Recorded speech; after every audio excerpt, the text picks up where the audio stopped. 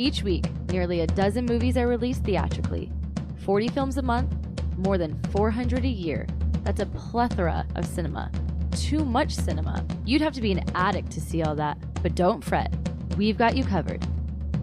This is CinemAddicts. Hey everyone, what's up? It's Greg Srisavasdi. I'm here with Eric Holmes. We are CinemAddicts, along with Bruce Purkey, that is.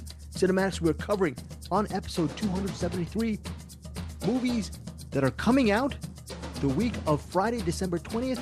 Actually, we're not doing that. This is a different show. What are we doing for this episode? We're sort of breaking, not the mold, but we're breaking our schedule. Eric, what's going on for this episode? We're blasting through the glass ceiling, doing our top fives and tens and best of the years. And Why do you sound like Wolfman Jack, Eric Holmes, with that wonderful DJ voice? What are you doing right now? You got the curves, baby. I got the angles. Hey. Excellent, Eric Holmes. You should listen to our Patreon. He did a very good Marlon Brando impression, and you're really good at the voices, Eric Holmes. Yeah, I do voice sometimes. Sometimes they try voices and they're not good. Can you do the voice of Greg Srisavasdi? Hey guys, you listen to Cinema? No, I can't. You know who can do the voice of Greg Srisavasdi though? What? Whoever's doing the voice on those Shark Tank shorts. Rim shot. You're right, Eric Holmes. Oh my gosh. Eric, look, I should be making millions on my voice, Eric Holmes, and you should be making money too. You'd be my lawyer on this. But Eric Holmes and I, we just completed, and Bruce, he actually called in. He escaped the cinematic that Eric Holmes, right in his domicile.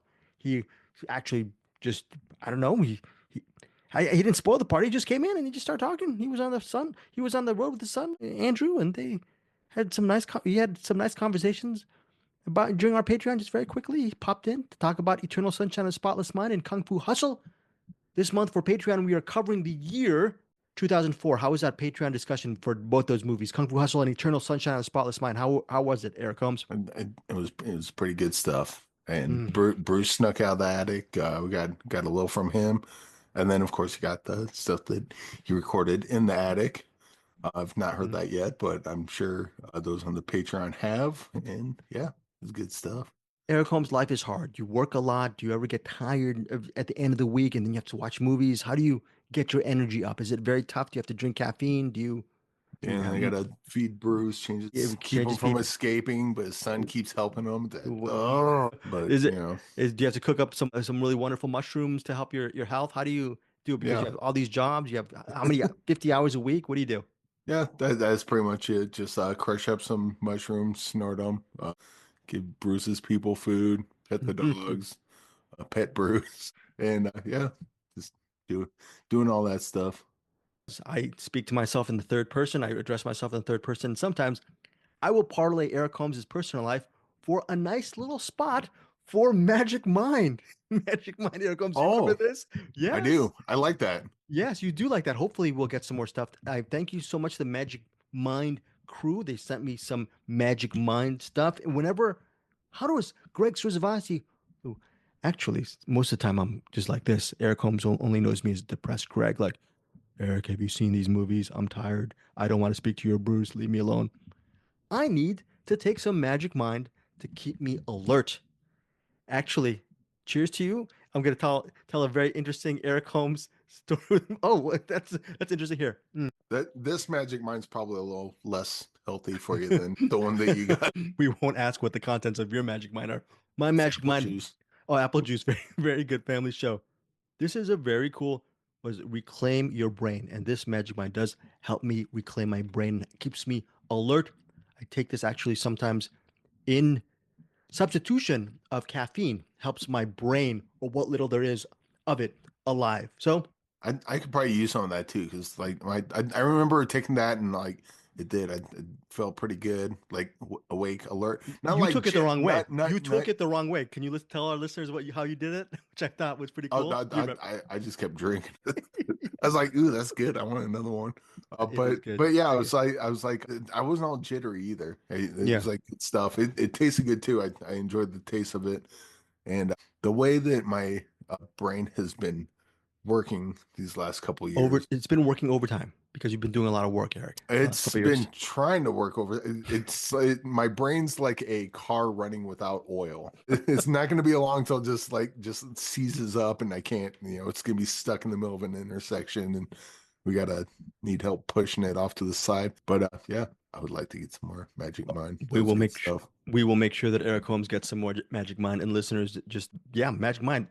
Look, all of the good stuff, a lot of the good stuff I get, not just from Bruce Purkey or Eric Holmes, but from Anderson Cowan. He's the one who started me on this Magic Mind journey 3 years ago, and thanks to the people over at Magic Mind for helping me out with a couple of these shots. And who knows? I basically asked them about a week ago to get me and you some gummies. They have this new thing called Magic Mind gummies. So we'll see if I'm the only one who gets the gummies. I'll make sure that that gummies is rerouted to your I domicile, don't Eric know Holmes. that I could take the gummies before recording the show because my history with gummies has not been good. But But I'm sure I'm guessing they're a bit different than the ones I've taken, I imagine. Well, look, if I get the gummies and you don't get any gummies, I'll make sure the Magic Mind gummies get to you, Eric Holmes. You will give on the CinemAddicts podcast. You'll give an honest review of the gummies. Fair enough.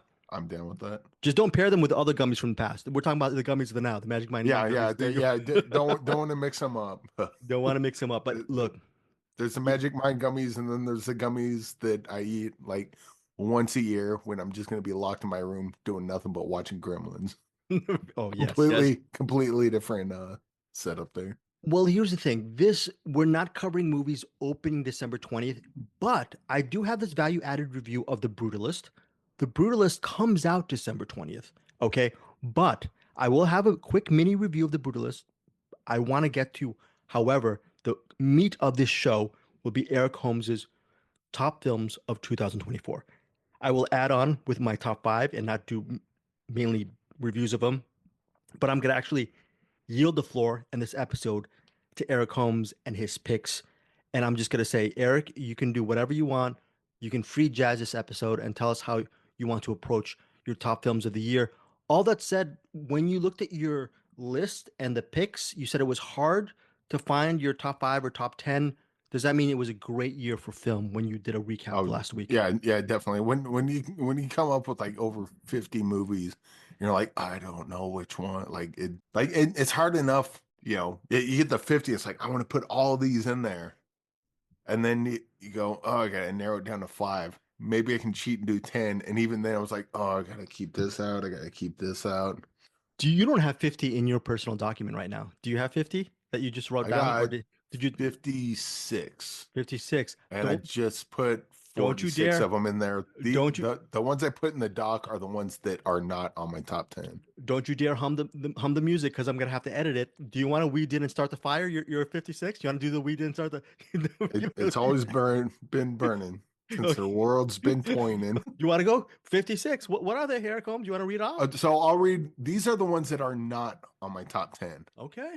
So we got. I'll just rapid fire. You want to do rapid fire kung fu hustle stuff, right? Yeah. If you want to hang on any of them for a bit, just go ahead and stop me. Yes. We got Destroy All Neighbors, Street Trash, Hounds of War, The Critic, Cuckoo, Oddity, The Man in the White Van. I want to stop at The Critic. The Critic. Look, here's the thing. The Critic got mixed reviews. I know you did interview the director. What makes a critic? I'm thinking stodgy drama. What makes The Critic not a stodgy drama? Why was it one of those honorable mentions? Just the dynamic between, especially kind of elevated a bit after doing the interview, but the whole conversation between critic and artist.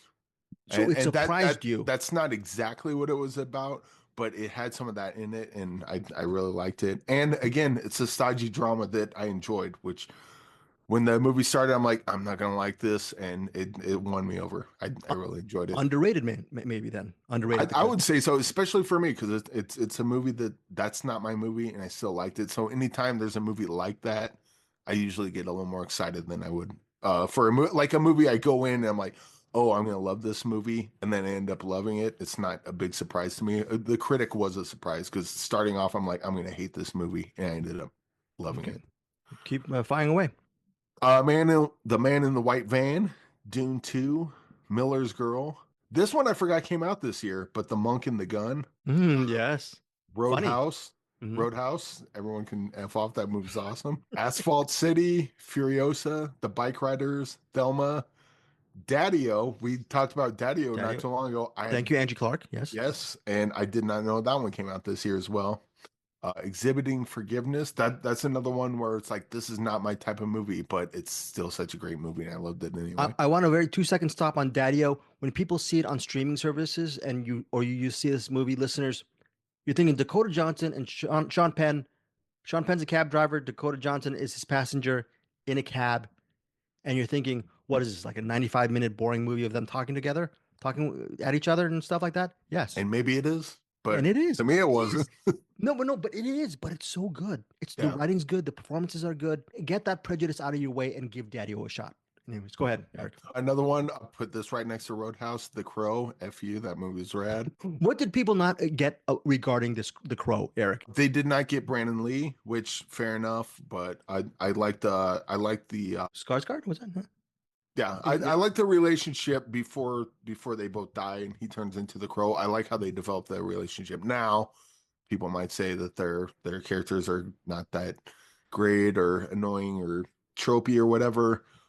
And you know what? We did just talk about Eternal Sunshine of the Spotless Mind on the Patreon, so maybe I'm speaking out of both sides of my mouth here, but I think that relationship worked for me a lot more in this one than it did the original Crow, because the original Crow was just, it was done in all like little quick cuts and flashbacks, so you didn't really get a hold of their relationship. So when she died, it's like, yeah, I got the shorthand. He must be sad, and I'll just roll with it. And this one, I bought into the relationship, so when they died in front of each other, it affected me. Apparently, I'm the only one it affected, but this Crow is better than the original Crow. It's just called The Crow, Eric. I'm being no, it's worse in some ways, but it's better in other ways. And I think between the two of them, like you got like a really, really solid movie. And you think people unfairly judge this movie because of their nostalgic or their overall love for The Crow? Maybe, or they just weren't buying into it, which I can understand either one. Fair. And we also have Scrambled, Role Play, The Promised Land, which I thought was last year, but apparently it's this year. Out of Darkness, Land of Bad, The Coffee Table, The Image of You, You Can't Run Forever with the Simmonses, A Violent Nature, Wild-Eyed and Wicked. This one was very tough to keep off my top 10 because that one was the what was it? The Blazing World, the Blazing Plate, the Blazing World, right? That's right. Yeah, it had a similar kind of a feel to that, and I liked that one a lot, and I liked Wild-Eyed and Wicked as well. A Ghostlight, that was a really good one. So good. Chronicles of a Wandering Saint. Oh my God, that movie's so good. That you and Bruce were just all over this movie, and I'm an idiot. I said I'd watch it, but I haven't got around to it. What are people missing who haven't watched this? It's one of those like I think we're dancing around it because there was like what we call it, a mid-credit sequence or a cold open. It was like one of the longest cold opens ever, or it was like a mid-credit scene. But either way, I don't want to talk about it too much because there's a thing that happens. And after that is kind of where the movie actually happens. But just watch Chronicles of a Wandering Saint. It's good, and the more I talk about it, the more I'm going to spoil it. So probably just best not to say. Is it one of the gems that you feel that you and Bruce uncovered this year? One of the top gems? Yeah, definitely. And I think I don't hear anyone talking about it, which is unfortunate because it's a fantastic movie. Okay. The other one we got Kill, that movie in the train. Right? Lots of violence, lots of blood. There is something that happens in Kill. Sorry, Eric. Oh, go ahead. That I think, look, there's something that happens during the beginning of Kill or middle part of Kill, and I go, that just happened, right? Oh, what? Yeah. Yeah. I mean, that's pretty much the whole movie. Yeah. So, yeah, that good pick with Kill. Yeah. We got Minnesota Mean, documentary about the roller derby team, and we just kind of follow them throughout a season. Kneecap, Happy Campers. I believe Happy Campers was the same director as Minnesota Mean. That's about a bunch of people in a trailer park, and the land on the trailer park's being sold, so they all got to move out and need to just hang out with them as their last hurrah. Continue, very personal movie. Yes, Nadine Crocker. Yeah. First Shift, it took every fiber of my being to leave this off the top 10.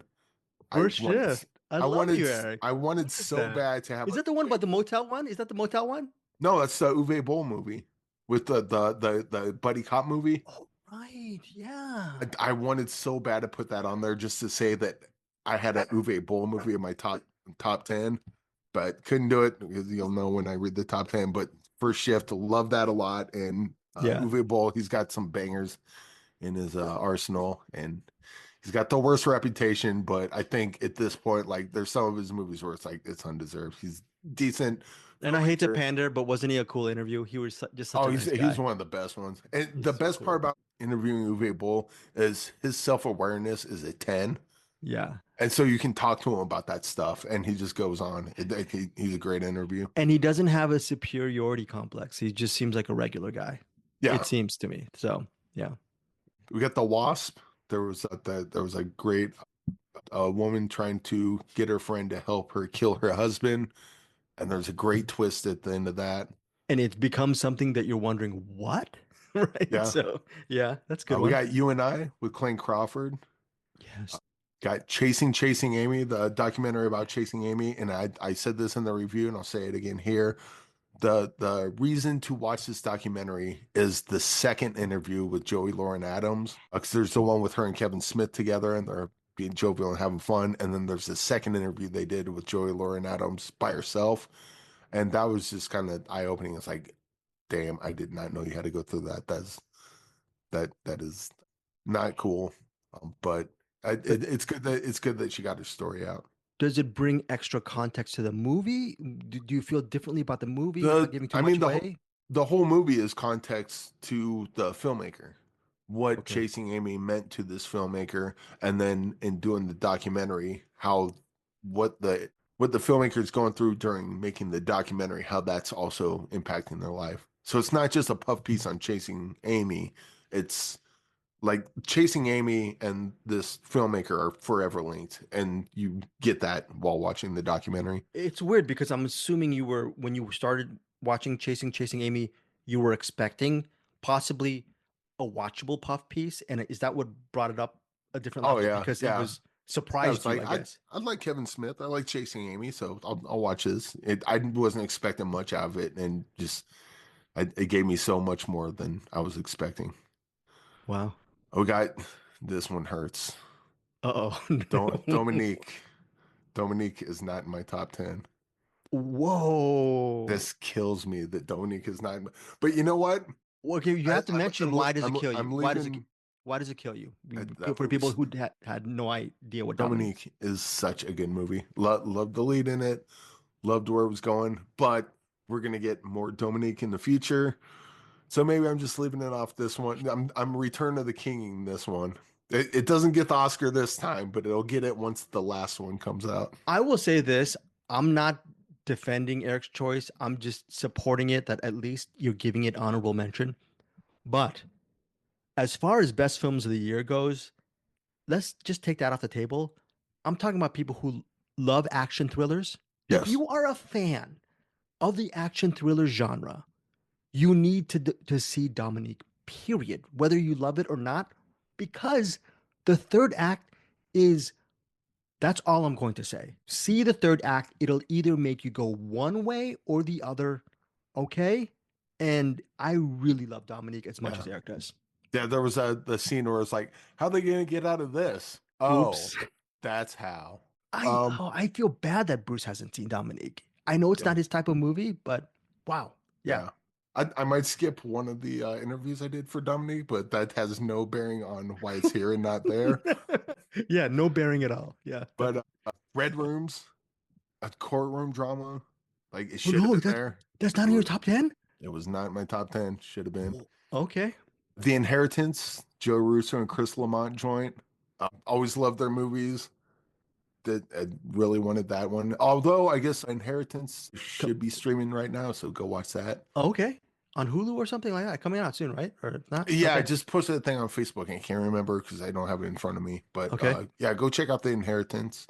Yannick, the Quentin Dupieux, and I probably could even put Dali on here, but I figure of his two, probably Yannick is the better of the two. but check out both of them. Instigators. I think I'm one of the few people that loves the Instigators with Casey Affleck and Matt Damon. The movie's hilarious. I probably watched it like 2 or 3 times already. Oh my Probably, gosh. Okay. probably should have been on my top 10, but it isn't. It's one of those things where I think people are ignoring it because there's other weightier type of movies out there other than the Instigators, but you're just Plus, saying it's a probably it's also you can only watch it on Apple TV Plus, that's and so you have to have that. I don't know that you can rent it or buy it by other means. And then we got two more. These two are not on my top 10. Hundreds of Beavers and Mayhem are not on my top 10. I can't. The reason I'm just wow, because I remember we recorded these shows together. You loved them so much, and it just seems like it's a strong year that the fact that these are not in your top 10. I Yes. can't wait to hear what your top 10 is. And we're going to leave that top 10 off for a second while Eric takes a breath and he can have his version of keep on sipping his version of his magic mind because Apple I will juice. do I will do a review of The Brutalist. Eric Holmes, what do you know about The Brutalist? Do you know anything? Are you clueless? What's I going on here? know that it's shot or playing on 70 millimeter. I know that it's over 3 hours long. And I know that unless it's playing here and I can find the perfect time, I will not be able to watch it in theater. I will not have time to watch it in theaters.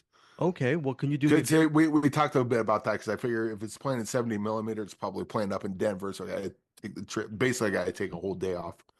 Okay, do you Um, mind while if I can ask you this favor? I'm looking on the email right now and I don't have it. If you can Google the runtime for The Brutalist as I get into my all right, review I can do of The that. Brutalist, and then you can just interject and interrupt me. Okay, here's a plot line for The Brutalist. Plot Three summary. hours and 35 minutes. Thank you. Thank you. 3 hours and 35 minutes for The Brutalist. The plot goes, quote, escaping post-war Europe visionary architect Laszlo Toth.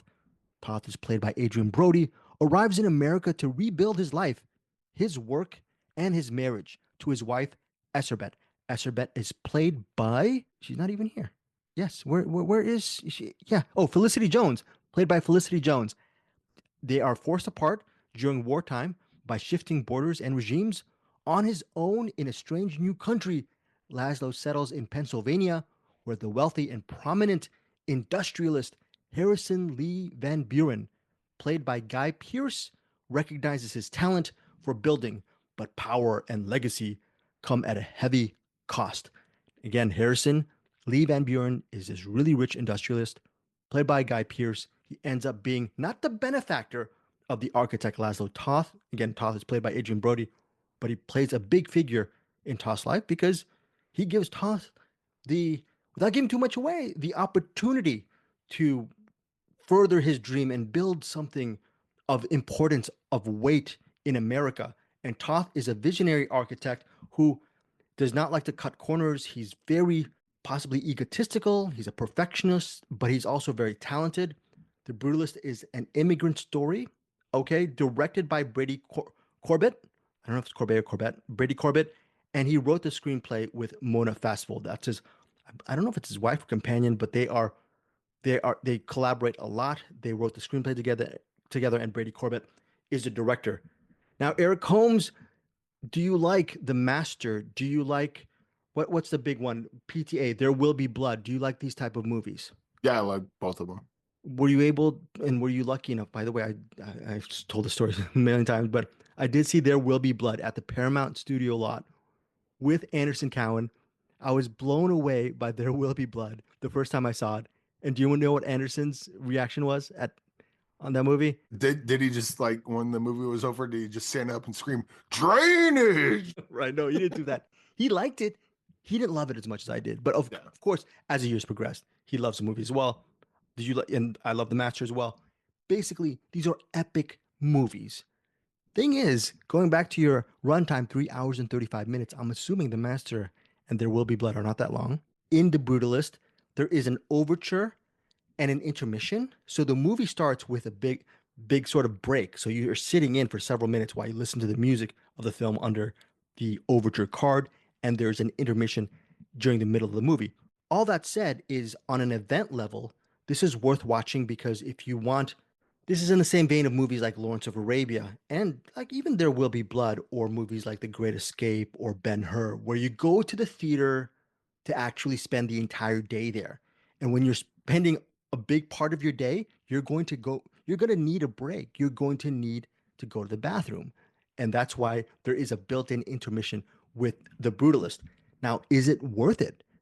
And the answer is, simply put, The Brutalist is easily my favorite film of the year. Initially, I was going to put Dune Part 2 as my number one. And when that was released, I forgot what month that was released. Eric, I was so excited about that movie, and I said, "There's no way any movie is going to supplant Dune Part Two." It's The Brutalist. It's it's like watching a perfect epic film unfold right in front of you because you get to really see just sort of a close-up view of what happens to Toth as he plays this chess match with this rich guy, again played by Guy Pearce. Oscar-wise, are you a fan of Guy Pearce? Do you like his movies, L.A. Confidential? Yeah, Yeah, the proposal's good. yeah. Proposal is Uh, great. Prometheus. I mean, Prometheus. he didn't have that big of a part in Prometheus, but I forget the movie he was in last year. I don't know if you saw it, but it was a great movie that Guy Pearce was in. I know Bruce liked it as well. If you haven't seen it as of yet, go see it. I need to pull that movie up, but Guy Pearce I is think I know fantastic. which one you're talking about. Was it Yes, like a island thing. He's either a preacher or a reverend or something, and he's in an island. yes? Yeah, what is that movie? But he's so Was that a new one or was that an old one that we watched for Patreon? no, this was a new one. It came out, I think, last year, and it was so well done. Because like he traded like one of the Islanders for his horse so they wouldn't beat him The to death. Convert, The There Convert. you go. There you go. And Eric, remember him also? He was in Sunrise too. He was in Sunrise. You did interviews for that movie Sunrise back in earlier in the year. But Guy Pearce will get an Oscar nomination for his role as that industrialist. And I feel I'm not very good at predictions, but I just have a feeling he will be a favored person as far as to win that Best Supporting Actor. It's just a showy, fantastic performance as this guy who is trying his best to get all the potential from Laszlo Toth. And you're wondering, is he working in Toth's best interests? What does he want from Toth? Is he using him? Is he doing a little bit of both? That's very interesting. And then the journey of Toth, where you get to see what makes this guy tick. He's taking during the narrative, he takes a lot of abuse and heartbreak, and you're wondering, what is it? How can Toth persevere? Because he's separated from his family. What is it going to take for him to continue on as a human being? It's an inspiring immigrant story. It is a visionary epic about the building of America, right? And the cost of it. And it's just one of those rare movies that I feel is an event movie. And when I mean event movie, I don't mean something like an MCU or Transformer or even a Pixar movie, not these type of escapist things. And no salt to these movies, okay? These are fun weekend at the movies situation. This is one where you just go out with some fellow cinephiles and you get your inner bowels ready, you get your system ready, you flush it out. Maybe I don't know if Magic Mind will do it, but you just flush all that stuff out, and then you want to make sure you have a great day and your stomach's okay, your digestive system's okay, and enjoy this movie. Yeah, so this is a perfect movie. The Brutalist, 5 stars. Adrian Brody, best performance of the year in my opinion as best actor. Again, I think Felicity Jones will hopefully get a nomination as a wife. She's very good in the movie as well. There's only a minor quibble that I think some people will have. Most of the first act is very powerful because you see Toth and his talent just in motion. But the second half, as Toth gets older, there is a little bit of a momentum decline in the Brutalist. All that said, that is the reason why. There's a reason why the second half is not as strong as the first half because you're charting his life, and there's stuff that happens in the second half that are not as propulsive as the first act, which is fine. Okay, overall, this is a great, perfect movie. 5.0, 5 stars, 6.9, however you want to mention it. It's my film of the year, The Brutalist. I was only able to see this on my bleeping iPad. My bad. No, no, I saw this actually on my bedroom TV, so it actually had a decent screen for it. So that was fine. But I wish I get to see this on 70 millimeter. Eric, are you going to see this on 70 millimeter if you have the chance? But like you said, there might be a shot that you might not be able Again, to see the it. only way I'd be able to Drive 2 hours. well, I would have to drive an hour to Denver and then an hour back, and then you got to figure that's 2 hours right Who there, has the and then you time? have the half-hour things, trailers for 3.5 hour movie, so that's like 6 hours. You'd have to kill a day. Yeah, and I don't have any days off right now, so that's going to Okay. be impossible. And unless someone can cover one of my shifts, I'm not going to be. It's not going to be able to happen. Well, hopefully down the road you'll be able to see the Brutalist. We'll see one way or the other. And yeah, listeners, would love to hear what you think of the Brutalist. Again, that's our main feature for Friday, December 20th. It's playing in theaters. Hopefully it'll be around your neighborhood. Tell us what you think of the movie.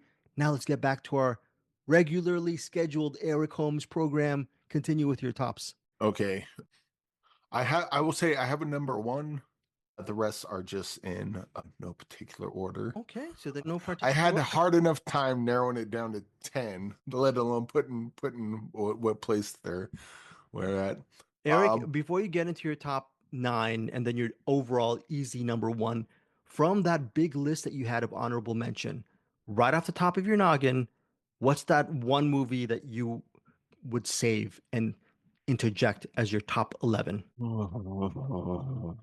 I know that's a tough one 'cause as you're going down the list. What is there one that comes closest to the top 10 that you could make it a top 11?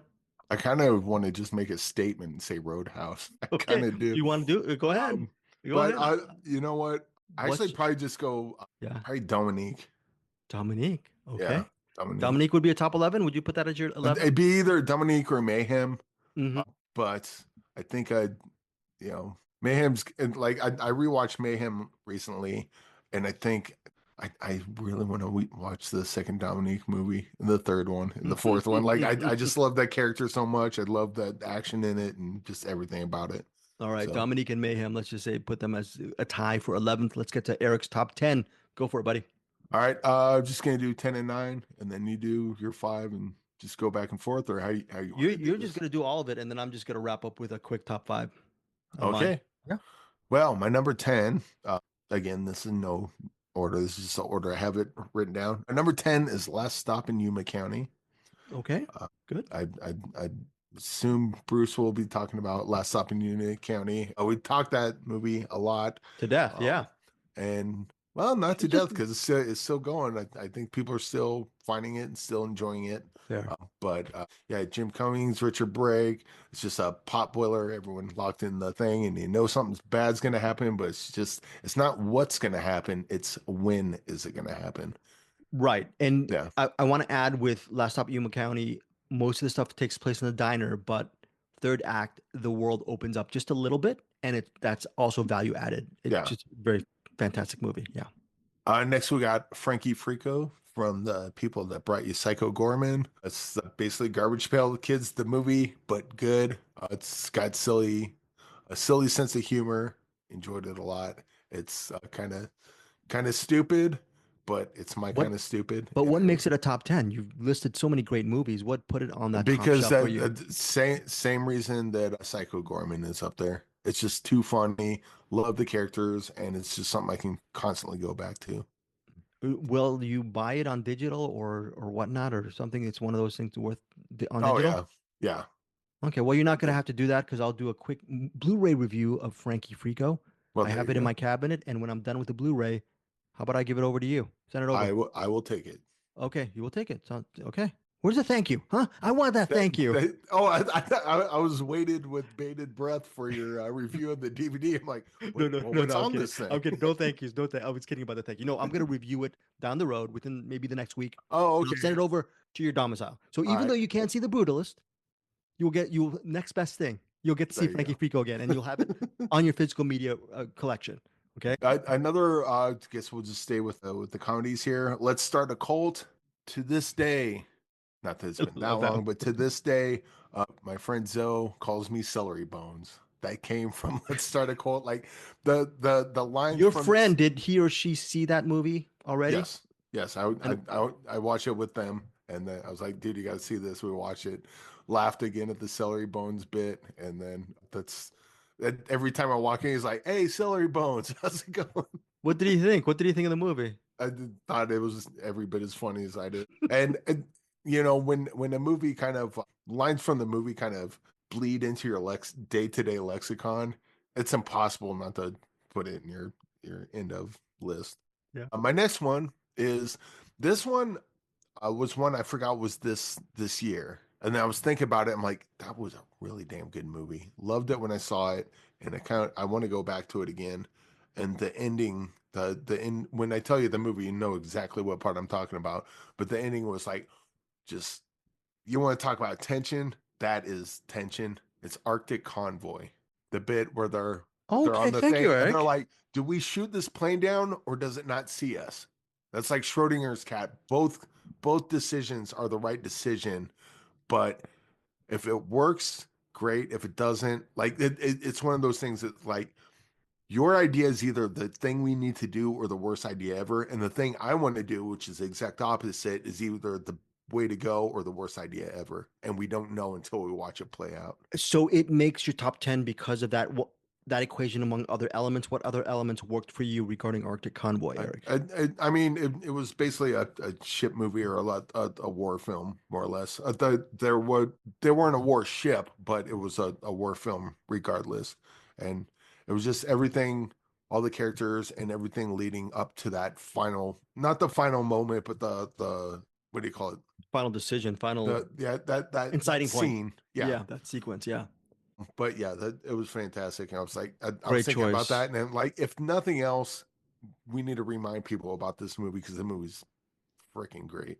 Great choice, Eric. Great choice. Another movie kind of like that. Yeah. This might not be everyone's cup of tea, but I do love the filmmaker. I love their past movies, and I love this one as well. It's She Is Conan. It was just Right. Mandico, Bertrand Mandico, I believe. But either way, yeah, their style is kind of strange and weird, and like that their style I don't see in any movies other than theirs because it's got this kind of hazy, sort of cheap look, but it kind of fits with the themes of their movies.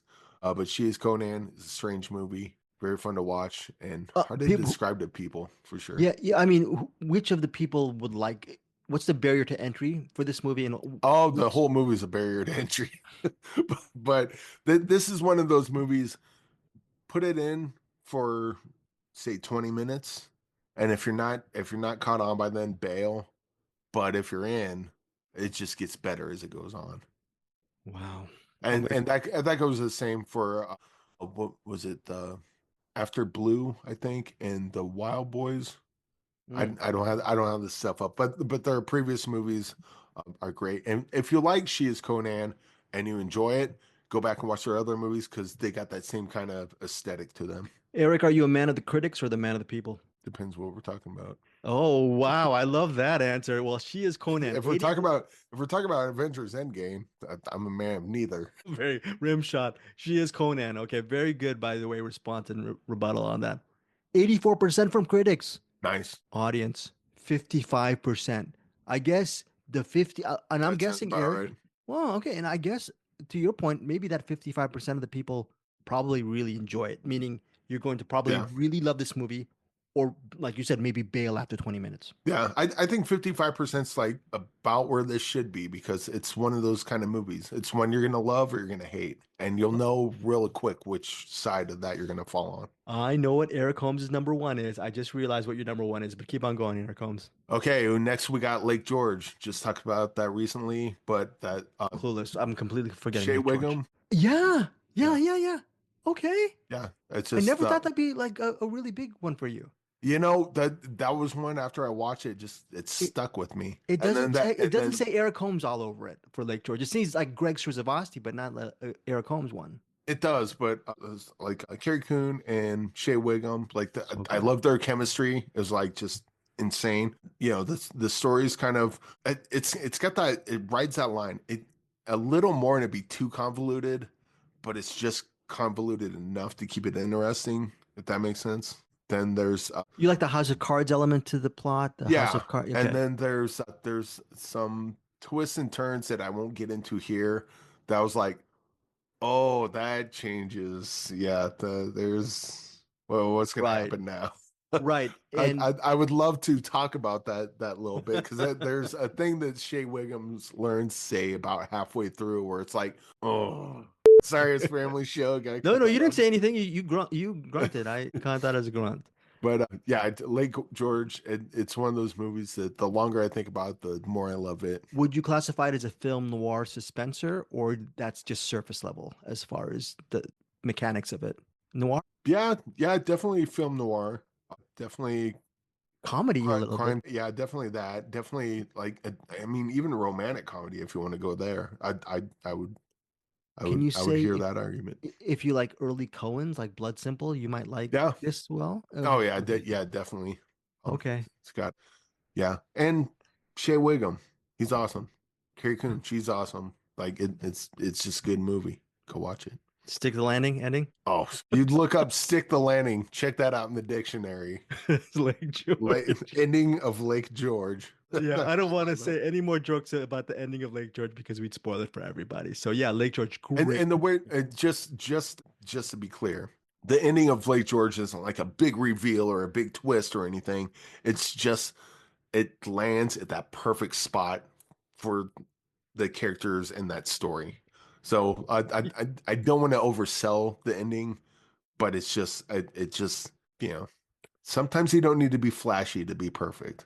Let's just say that. Hey, can we also say in a perfect world we'll just watch Shea Wiggum and Carrie Coon movies as a lead in films and we'd be okay? I mean, I'm they're great. yeah, They're just fantastic. I'm good with that. Yeah, it's great Just one. realized I have to go to work in 10 minutes. So Okay, yeah, less yeah, than the yeah. last one. Yes, yes, sir. Next we got one more shot. Obviously, Scott Adkins could have used a little more Michael J. White, but we'll maybe get that in one last shot. But it was a one shot was awesome. This one was just as awesome. Loved one Mhm. shot. Loved one Yeah. more shot. Rebel Ridge. You know, I was gonna leave this movie off the top 10 list, but then I was like, nah. It just Uh, worked for you. I still haven't uh, seen it. Oh, it's great. And watch it and you'll know what I just said there a couple Okay, seconds ago. But Rebel Ridge, I think I saw this 5 times already because a bunch of people were watching it. I was like, well, I guess I'll sit down and watch Rebel Ridge again. cool. Place of Bones. Place Yes. of Bones. Whoa. All right. Yes.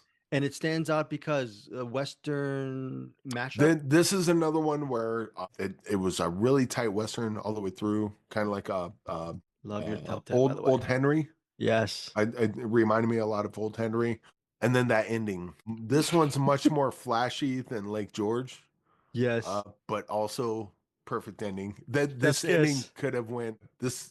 There's a version of that ending that ruins the movie, but it just hits so perfect. I love Place of Bones. Heather Graham, Corin Nemec, they're one of the stars in the movie. They're just fantastic. They're just Yeah, and the whole cast is really good in this movie. Plays of yeah, Bones. and then you just got like it basically just builds up to a simple standoff at the end, and those are always fun to watch play out.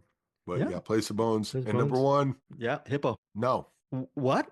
no, it's Hippo. Okay, before you go, I know you got several minutes, but spend those couple minutes just to talk about why Hippo is so special for you. Hippo is just it's I just felt dirty watching it, but it's also funny and the characters were crazy and I like I can't even explain it. This is kind of similar to watching The Scary 61st. It's just one of those movies that like just kind of sucks its claws in me. I couldn't get my mind off of it, and sometimes I wanted to, and it just felt like a really unique. I love the look of it. Love the messed up humor. The Love overall that. vision of it, what it's trying to say, maybe, or just the overall story. Well done. It's weird that my favorite character in it is basically a pedophile. Like Right. the guy that they find on that she finds on Craigslist and he comes over and it's like, yeah, this guy's it's kind of a skis, but like the way he acts, I was like, I'm just laughing at him. But I should be horrified that this is even going. And the mom's like, "Oh, you seem like a nice man." He's like, "Oh yeah, I'm in high school or whatever." And he's like clearly like my age, 47 by the way. But Also, we have to mention the visuals. It's a beautiful looking movie oh for yeah, its budget in black and white. yeah, it looked fantastic. The scene with the super soaker was great. The all the family's backstory. Eric Roberts doing the Narration. narration, like that narration usually. Yeah, narrations get a bad rap, but when it works great, like as it does in Hippo, it kind of can really tie movies together in a great way. But yeah, Hippo's one of the movies that I'm sure people hate. I know Bruce did. Well, Bruce didn't love No, it. no, in all fairness, he gave it 3 stars. You and I both Yeah, gave it 5 stars. Well, you gave it yeah, 6.9 stars. And I don't know, I think he kind of recommended it. And you and I were actually going back and forth, but I want to say, if you don't trust Eric Holmes, if you don't trust me, if you don't trust Bruce, very quickly, executive producers on this include Danny McBride and Jody Hill. Okay, so yeah. And that's a they, weird selling point because uh, like I'm not seeing their fingerprints in this at all. no, but Like what I it. mean is sorry, Eric, I think Oh yeah. they're like investing in this talent, which is Mark H. Oh yeah. Rappaport as a filmmaker and then Kimball Farley as an actor and co-writer. I felt this way years ago when I interviewed Wes Anderson for Bottle Rocket and the Wilson brothers.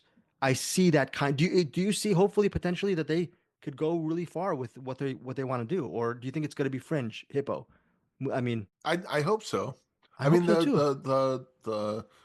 the filmmaker of this worked on the Scary 61st, and that had the same kind of depravity that Hippo has that I responded to in a comedic way. Comedic depravity, I guess maybe is a Hmm. thing. I don't know, but yeah, I just look forward to seeing what else they have, and I hope everything else that they have is messed up and crazy as Hippo is. Well, folks, Messed up, crazy, and like technically good to technically, great. Like okay, from a technical aspect, it's great filmmaking, and then you add this creepiness and hilarity and depravity to it. and It's just resonance at the end. There's some yeah, it's interesting stuff. just the whole movie. Great Chef's job. kiss. All right, so Eric Holmes has to go to work, and as you're leaving, Eric, I just want to say my top five in descending order. Number five, Soundtrack to a Coup d'etat. It's a documentary you haven't seen yet. Number four, Red Rooms, which you mentioned, honorable mention. Number three, Dune Part Two. I'm surprised that Dune Part Two didn't make any of your list. That's amazing, Eric. It was on the Honorable. My bad. yeah. Okay, my bad. Number two, Nosferatu. Yes, I I love haven't even Nosferatu. seen Nosferatu one. Rim shot. And number one is, of course, The Brutalist. Eric Holmes, I'm taking enough of your time. Go to work. CinemAddicts listeners, thank you so much for supporting me, Eric, Bruce, and our co-founding member, Anderson Cowan. We hope you have a great, happy holidays. Next week, it'll be Bruce Purkey's top 10, including my full review of Nosferatu. Eric, you want to say something before we get to Bruce? I would say had I seen Nosferatu, I haven't seen it yet, but that seems like a movie that might have made it there. But yeah, we'll see. Does it come out Christmas? Comes out next week. So Yeah, we'll talk. You know what? We'll talk about that next year. okay, go to work. You need to go. All right. Love you guys. See you, buddy. All right. We'll see you. Of course. Here's Claire. Goodbye, everybody. Thank you for joining CinemAddicts. See you, buddy.